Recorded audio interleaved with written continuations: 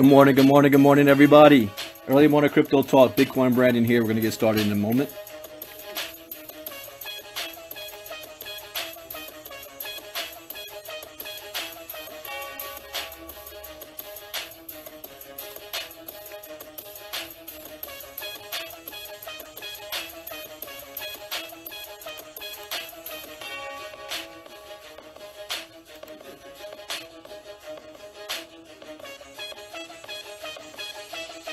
Good morning, LaRon. Good morning, Jason. Good morning, Anthony.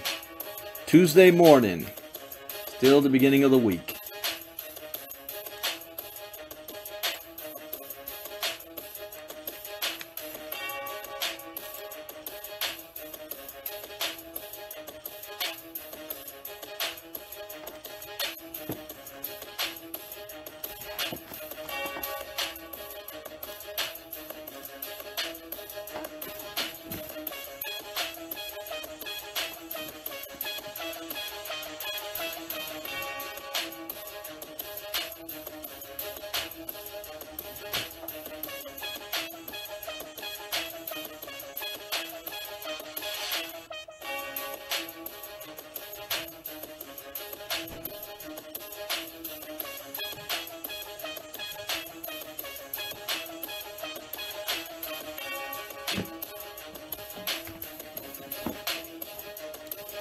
Good morning, everybody, and as I say as a disclaimer, I am not a licensed financial advisor to be dispensing financial advice. I read the news, share my opinion, give suggestions, and you take that information and decide what to do with it. Do your own investigation. Good morning, Dennis, Anthony, Gerald, Darnell. And also, if you follow these 5 principles in the cryptocurrency space, you will have a positive experience. Number 1, education is the key. Number 2, never invest money that you cannot afford to lose. Number 3, always get your return on investment first. Don't get greedy. And number 4, have a game plan. Where do you see yourself in 3 months, 6 months, 1 year from now? Follow that game plan. Don't get distracted. You have limited resources, so it's very easy to get distracted. You follow that, you limit your risk in this space, but I still guarantee you will lose somewhere, just not a whole lot. All right, let's go ahead and start. This morning we're going to cover everything blockchain. I'm actually behind because I have not done a late night crypto talk the last couple of nights. I've been very busy. So we're going to talk about the blockchain this morning, and there are proponents for it and there are critics of it. And so I want to start off with, this was an article that came out on The Guardian, and they don't seem to be too positive about what the blockchain technology is, or maybe they think of it as hype. So let's cover what they have to say about the blockchain. So this article says, Bitcoin is based on the blockchain pipe dream. Ooh, they're calling it a pipe dream. That's similar to just that article. Those of you who were around in the 90s, at the very beginning of when email and internet was being introduced. And there were articles that also called the internet a pipe dream, the email ludicrous. So I see the same things. It's like the blockchain technology right now is like back in 1990, 1991, maybe 92. So overpriced cryptocurrencies owe their diminishing credibility to an overhyped technology. So what do you guys think? Do you guys think blockchain is overhyped? The only way you can answer that for yourself is how much education you have on what the blockchain is, what distributed ledger technology is. So let me read this. Predictions that Bitcoin and other cryptocurrencies will fail typically elicit a broader defense of the underlying blockchain technology. Yes, the argument goes, more than half of initial coin offerings to date have already failed, and most of the 1,500 plus cryptocurrencies also will fail, but blockchain will nonetheless revolutionize finance and human interactions generally. All right, let me stop with that number right there, that most of them will fail. That's true. That's not an indictment on blockchain, because those same numbers are true when it comes to business. Most businesses fail within their first year. And then most of those that do survive the first year fail within 3 to 5 years. So it's no different in the crypto space. All right, let me continue. In reality, blockchain is one of the most overhyped technologies ever. That's a very bold statement to make. Let's see, can you follow up with why? Why is you think it's that way? For starters, blockchains are less efficient than existing databases.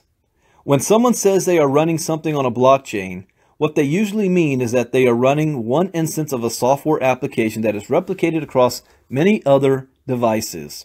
The required storage space and computational power is substantially greater and the latency higher than in the case of a centralized application.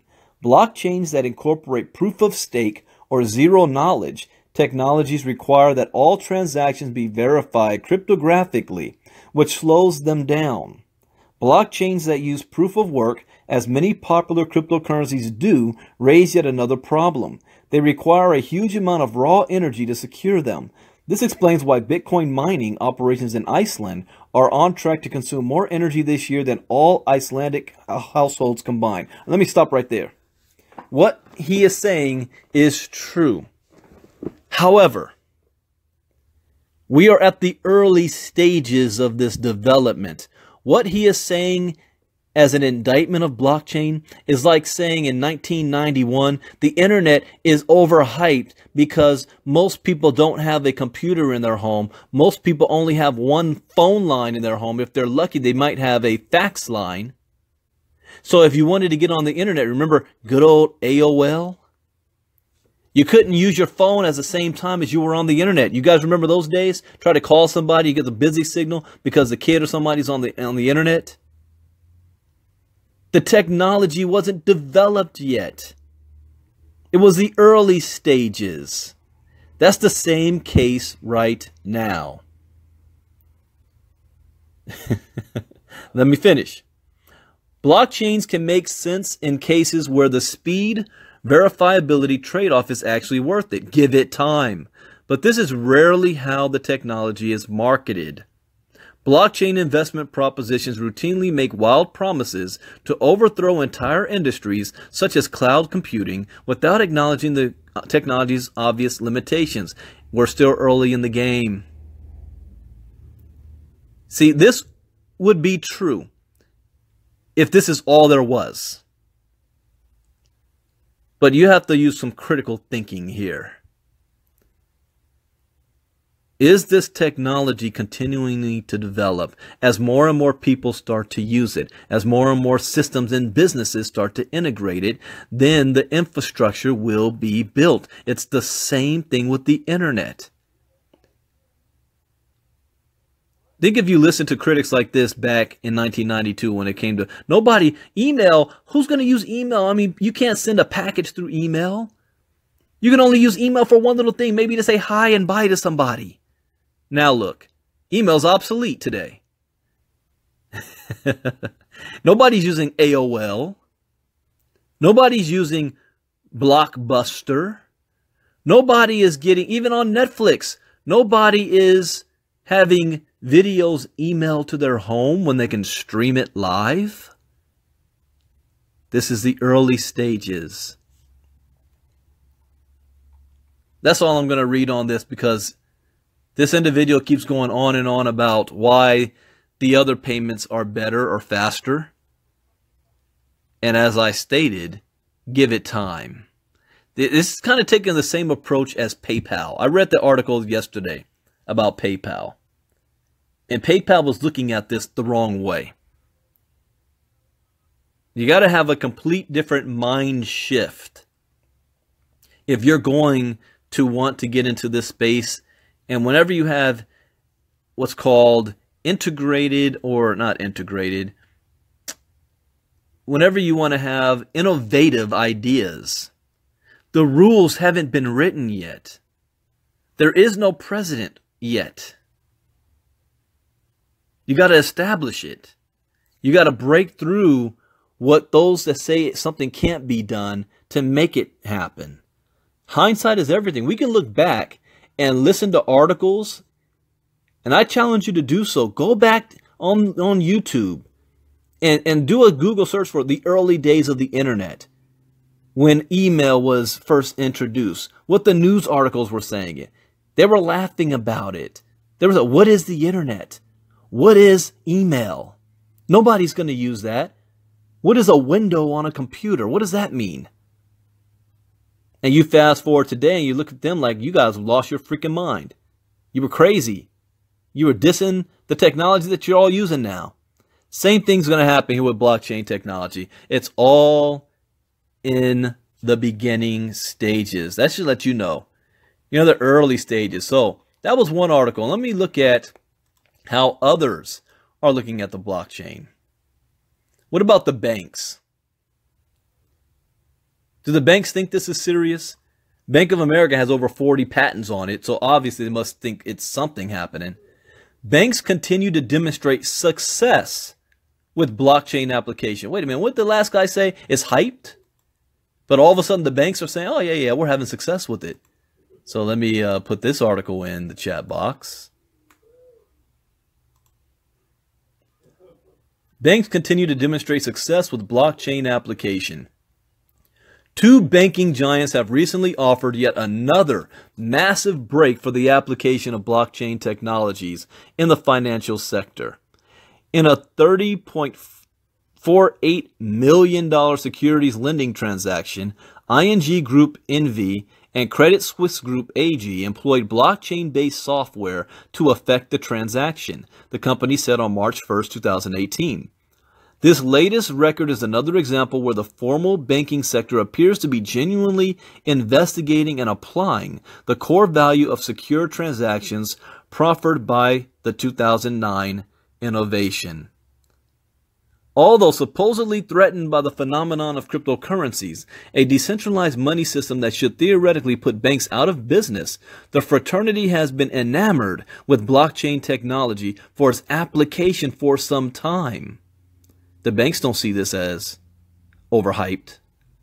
Holax, a fintech company that developed the app enabling the two firms to transact via securities baskets, built a specialized application utilizing a blockchain type pioneered by the R3 Development Consortium. The transaction is seen as a prime example of a real-world, real-time use of blockchain technology to existing capital markets. The companies released a statement pointing to their success and its implications. Charlie Cooper, MD at R3, said that this was far more than a proof of concept in a fenced lab. Wow. The last article said it was overhyped nothingness. And this guy says it's far more than a proof of concept. Cooper pointed to the positive implications of the recent transaction, saying that these are regulated institutions in a real market, and it is a unique demonstration that blockchain solutions are being deployed in commercial settings. Wow. What side of history do you want to be on? The side that's negative, oh, this is a scam, oh, it's a Ponzi, it's overhyped, it's a bubble. Or people that's in the real world use case scenarios saying, we're using it, it's real. It appears that a prime motivator for banks all over the world to employ blockchain technology is the desire to cut costs. With blockchain technology eliminating much back office shuffling, fewer people are involved, and authentication of something like a security swap can be quick, simple, and save the banks money. Okay, the last article, oh, it's overhyped. It's overhyped. Nobody's going to have any use for it. Well, the banks just said, well, it's quick, it's simple, and it's going to save us money. Many banks have blockchain patents, and almost all world banks have a certain size above a certain size are looking hard at BlockChain to see what value it might bring to them, although mostly still experimental. See that word right there? It's still experimental. We're at the early stages, dude. Why are you hating on it already? You got to have vision. You got to have imagination. Where do you see this thing in 5 years, in 10 years? When you look at it like that, it's not overhyped. It's the future. So all those still experimental like that between Credit Suisse and ING are expected to grow and eventually dominate formal banking sector transactions. What? The blockchain is going to eventually dominate it? Oh no, it's just hype. Pay no attention over there. Speaking on behalf of ING, Hervé Francois, an in-house blockchain developer, they got an in-house, they hired their own in-house blockchain developer. These are the banks now. Said that the companies expect the app to be live and fully integrated by the end of 2018. The banks say that utilizing a blockchain platform can make the process of securities lending faster and cheaper. Typically, securities lending involves a funds transfer between accounts, but the recent transaction eliminated the traditional days of waiting for a conclusion, and the settlement of the deal was immediate. Credit Suisse head of distributed ledger and blockchain strategy Emmanuel Aidou said that the platform gives us an opportunity to make a balance sheet and capital usage much more efficient and timely. The formal banking fraternity has been testing blockchain application for years now. Although the hysteria surrounding Bitcoin during 2017 illuminated the arena in new ways. As much as regulatory control issues have dampened enthusiasm for Bitcoin and others, big banking is widely seen as a persistent and hugely positive contributor to global acceptance of the currencies that ride on the blockchain. The New York-based consortium R3 represents more than 100 financial institutions. Although JP Morgan exited the consortium with its agenda, R3 has so far developed a blockchain app called Corda.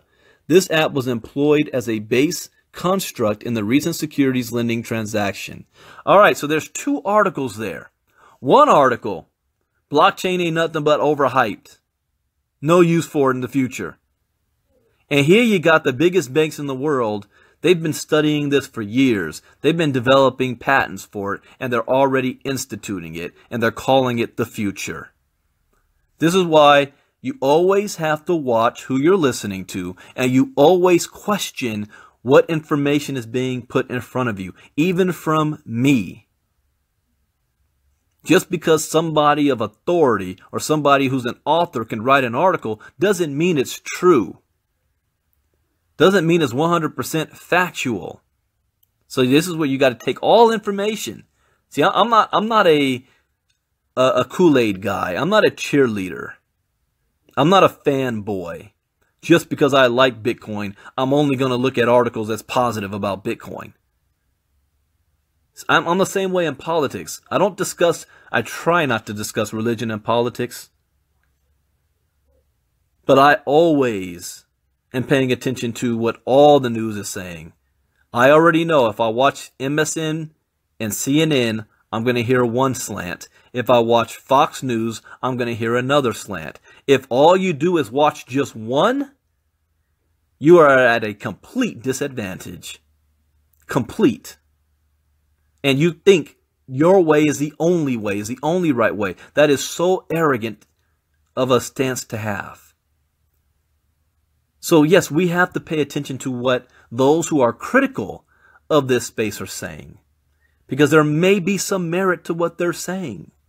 Although in this case, the gentleman that wrote the article saying that Bitcoin is or blockchain technology is overhyped is clearly incorrect factually. It's not my opinion. It's the fact that the biggest banking institutions in the world are spending a lot of money, creating a bunch of patents, and are actually implementing the technology. Why? Because they said it makes it more efficient and timely and saves us money.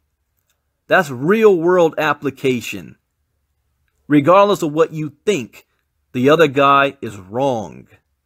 All right, there's another article. Let me see if I can find that. I've got so many here, I'm behind.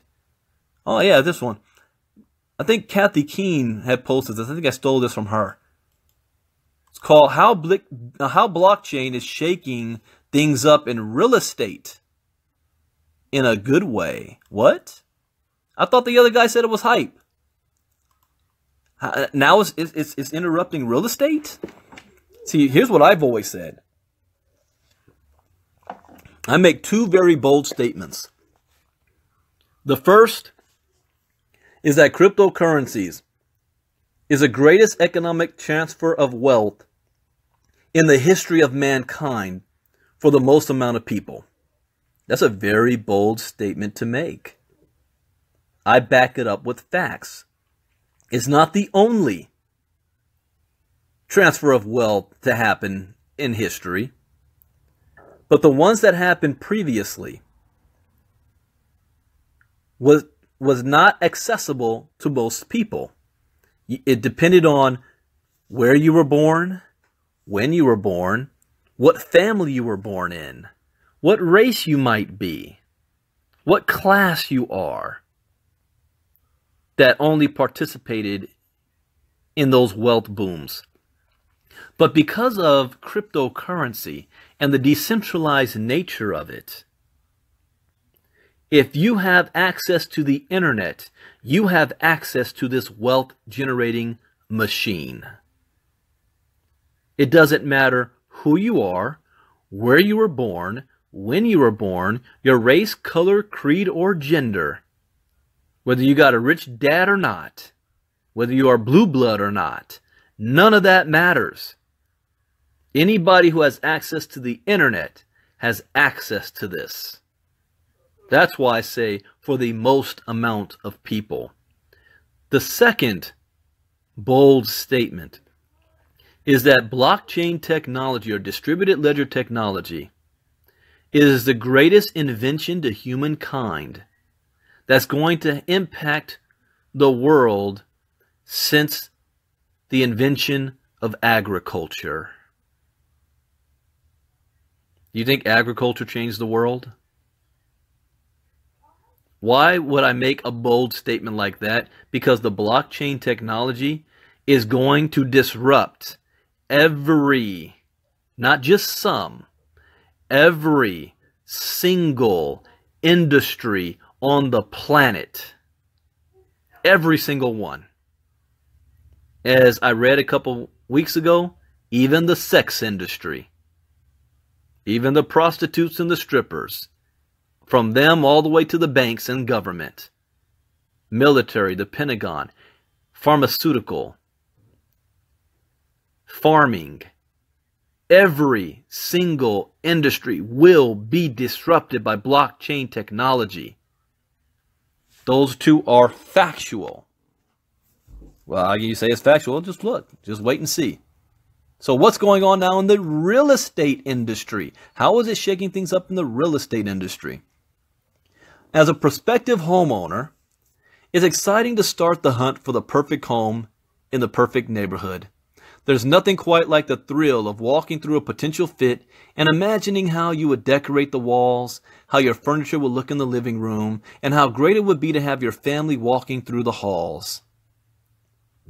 If you're in the market for a fixer-upper, you can take your imagination even further, and in some of the houses, you may have to. Instead of just imagining a new coat of paint and some decorations, you get to think of what it would look like as an entirely new home. After you knock down a few walls, rip up old flooring, lay down new materials over there, and add in a bathroom and a couple of skylights, it will basically be a new home after all. Once you've found the perfect fit, though, things get a lot less exciting. In fact, they get downright stressful and frustrating.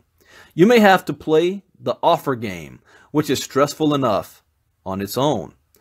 But after an offer has been accepted. Then begins all the paperwork and formalities. As a buyer, you have to get approval from your lender, make sure everything comes back how it should on the inspection, hope the house appraises how it needs to, and make sure you get all of your documents sent in and ready to go for close. That's not the end of it either. After all that is said and done, and you're finally ready to close the deal, you still have to go and meet with your agent and escrow company to finalize all of the paperwork, get it signed, and have everything transferred over to your name. Even after all that, you may find there are additional fees or commissions that have to be paid to your realtor, or that your mortgage has to be adjusted because of an undercalculation, or that you'll have to shell out even more money than you were told because of an error on someone else's part. All of that is enough to make anyone go crazy. Anyone who has purchased a home or is in the process of purchasing real estate can agree that the current model does not serve homeowners and buyers. In fact, it seems to make things more difficult than it does streamline the process. That's all changing though. Thanks to a technology some would never have guessed would affect real estate, the industry is being changed for the better. Blockchain technology is a trending topic that is usually discussed in conjunction with cryptocurrency, one of the best known being Bitcoin. Although some people may think of cryptocurrency and blockchain technology as more of a tech-related concept that seems more of a discussion topic than a real reality, cryptocurrency and blockchain are already being implemented in a number of different ways across a wide variety of industries, and real estate is one of them.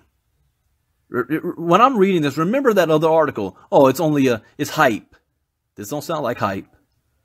Blockchain technology is basically a decentralized digital ledger that chronologically and securely records transactions of all kinds. Those transactions can then be accessed and viewed by anyone, but they cannot be altered or changed once they've recorded. This means blockchain is secure but transparent. The technology can be used in many different ways, including as a contract, because it can uphold and enforce terms both parties agree. I remember my aunt, I was a kid, and my aunt bought some house out in Moreno Valley, California. She didn't do all her research, and come to find out there was a lien placed on it. And guess who had to pay it? She did. Didn't know about it. It wasn't on any paperwork. It came up after the fact. See, if there was blockchain technology, that means every transaction on that property since its creation has been recorded and is public. There are no gotchas anywhere. It's all public. Blockchain technology, is basically a digital ledger. Those transactions can be accessed and viewed by anyone. They cannot be altered or changed. The technology can be used in many different ways, including as a contract, because it can uphold and enforce terms the different parties agree on. You're right about that, Christy, about it actually being the perfect voting system, and it will be implemented in the voting system. I, though, however, think that it's going to be one of the last places it's going to be implemented, because the politicians are always playing funny when it comes to voting, whether you have certain voting depression in certain areas, voter depression.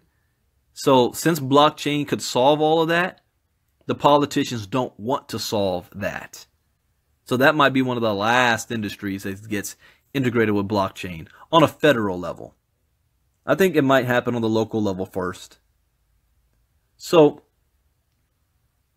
one way that blockchain is set to shake up real estate is the way information is shared.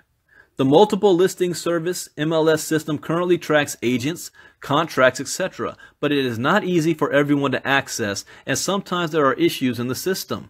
Because it can share data with anyone, blockchain would improve the MLS, multiple listing service.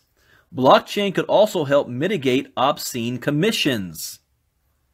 Deedcoin is one company in particular that is using blockchain technology to provide buyers with the option to find agents and pay only a 1% commission rather than a 6% commission. Deedcoin promises benefits to buyers, such as rebates at closing, and promises benefits to sellers, such as more money from the sale in their pocket. Okay, here's an alert. Here's an alert. Remember, I am not licensed to give any financial advice, but that is something you might want to look into. Deedcoin, spelled D-E-E-D, coin. Providing clarity on property rights and making transactions transparent are some of the other ways blockchain technology is changing real estate, among many others. The way these processes work right now is definitely not designed to make things easy for sellers or buyers. There's a lot of room for improvement in the real estate industry, and it's looking like blockchain is going to shake things up and make things better for everyone involved. It's just a matter of time until it's implemented across the board. So let me go back to that very first article. He said, oh, it's nothing but hype. The system isn't designed to be able to handle all these transactions. Iceland, there's more energy being used for mining Bitcoin in Iceland than the people are using it. What did this just say? It's just a matter of time until it's implemented across the board. All right, that's everything blockchain for this morning. We covered 3 articles. I'll force myself to make sure, because I've got to be busy. We're only, weeks away from launch or pre-launch of our cryptogenics. So a lot of work is being done. So I got to remember in the evening, I got to set time aside to do these. Like one article I want to cover is Bitcoin billionaires, the Winklevoss. And they said Ethereum like oil and Litecoin, a test network. I don't know what that means, but I'll read the article. Then we got another one from Russia. Russian Supreme Court to decide the fate of Bitcoin sites. I already know what's going to happen there. Vladimir Putin wants it open, so it's going to be open. Then I've got here cryptocurrency exchanges / withdrawal fees. That's a huge one. That's a big one. Binance, Bitfinex, and Kraken have all reduced their fees amidst a backdrop of increased SegWit adoption and transaction batching. That's good news. So I will cover those 3 articles tonight if nothing major happens in the meantime. And something always does. This is crypto. That's why I do 2. At the beginning, because I record all of this stuff. In the beginning, last summer, I was doing like a crypto talk once every 3 days. Then as I got more and more research and I started learning more and more, I'm like, wow, this stuff is moving fast. I started doing 1 a day. And then as I started learning more and more, I'm like, wow, the more I learn, the more I realize I don't know. And how fast things are changing. I got to stay on top of this. So then I started doing, okay, I got to do at least 2 a day. In reality, I can actually do 3 a day, but I have a life. That's also why people say, Brandon, why aren't your crypto lives? You don't have a set schedule. Can you tell me exactly when you're going to do it, like at 8 a.m. or 9 a.m. or 6 p.m. or 7 p.m.? No, I cannot.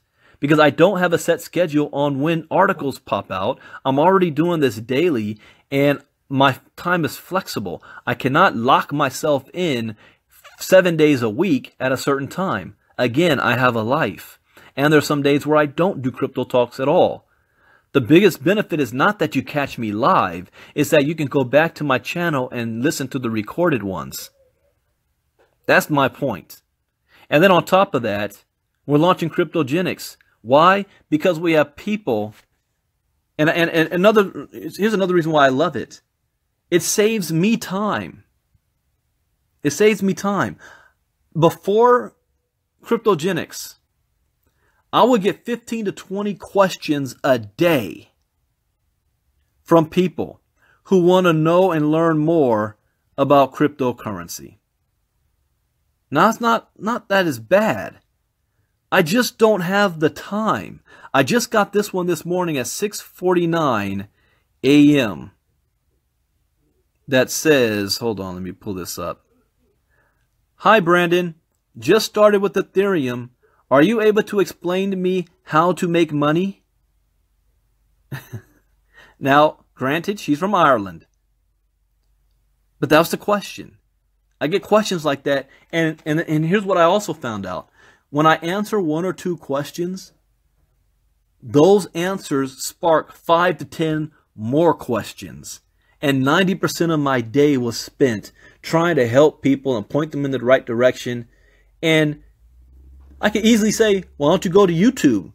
Because you got those, why are you charging people in cryptogenics when they can just go to YouTube and get the same information for free? If that was the case, then nobody would be asking me questions if they can just go to YouTube for free. Why? They want to go somewhere that they can trust. Somewhere where it's kind of, you know, hold their hand a bit. It's structured. So cryptogenics is saving 90% of my day.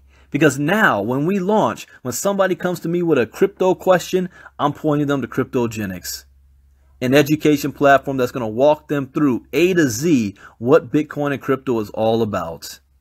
Now you've got the knowledge, which is the most important before you start investing money in anything. Remember I said rule number 1 is education. And as you see from the image, we're coming out the gate swinging. April, I will be in London for a week for the BlockChain Expo, the 18th and the 19th, London Olympia. That Saturday, the 21st, I'll be in Sweden to launch Peter Blackwell's group out there. And this is not a little thing. These are individuals that were the top business leaders and builders from a company called Vima, if you remember that company back in the day, which is now Body Pro. We're talking about the biggest networkers in Europe. Could be 400, 500 people in that room. I'll be there with co-owner of Cryptogenics, Will Fietlin, for a day. So I'll be spending, I don't know how long Will be there. I'll be spending one day because I gotta still be with my wife in London. So we're coming out the gate swinging. I think Atlanta, the group in Atlanta is coming up with an event. The group in Houston's coming up with an event. We'll be announcing what event we do in the United States shortly after. But we're coming out the gate swinging, and this is something that everybody around the world is asking for. And when some say, you know, what's the difference between your education platform and many others? Well, I don't know. I don't know all the others out there. I only know what we're doing. And we're going to hold your hand from A to Z. We've got leaders in place all over the world. And one of the biggest things that I love is the fact that we're launching with at least 25 languages. Not Google Translate, but our trainings and videos and the website translated into those countries' actual language. That's a huge advantage of us over any other platform. Another thing that we are going to offer that's much better or much different is ongoing training. I just had a chat with Angel Nieves, who's leading our Spanish translations and Spanish organization for South America, that we're already in contact with another professional group that wants to join our business and help provide their content in Spanish for training in Spanish for ongoing content. That's huge. I mean, the talent that we're attracting all around the world is what's making this thing possible. So you can either be a part of it, or you can watch it, or you can hate on it. Either way, we're going to do it with or without you. Now, you can't actually sign up yet. We're still weeks away from that. But get back to whoever has shown you about what Cryptogenics is all about. You might have heard it from the first time. We've got top leaders all over the place. Send them a message and ask to be put on their list so that you can get the early bird advantage when we launch. We're building a legacy company here. So with that, thank you guys for joining us. I'll see you later on tonight. Late Night Crypto Talk. Bitcoin Brandon out. God bless. Bye-bye. Cryptogenics.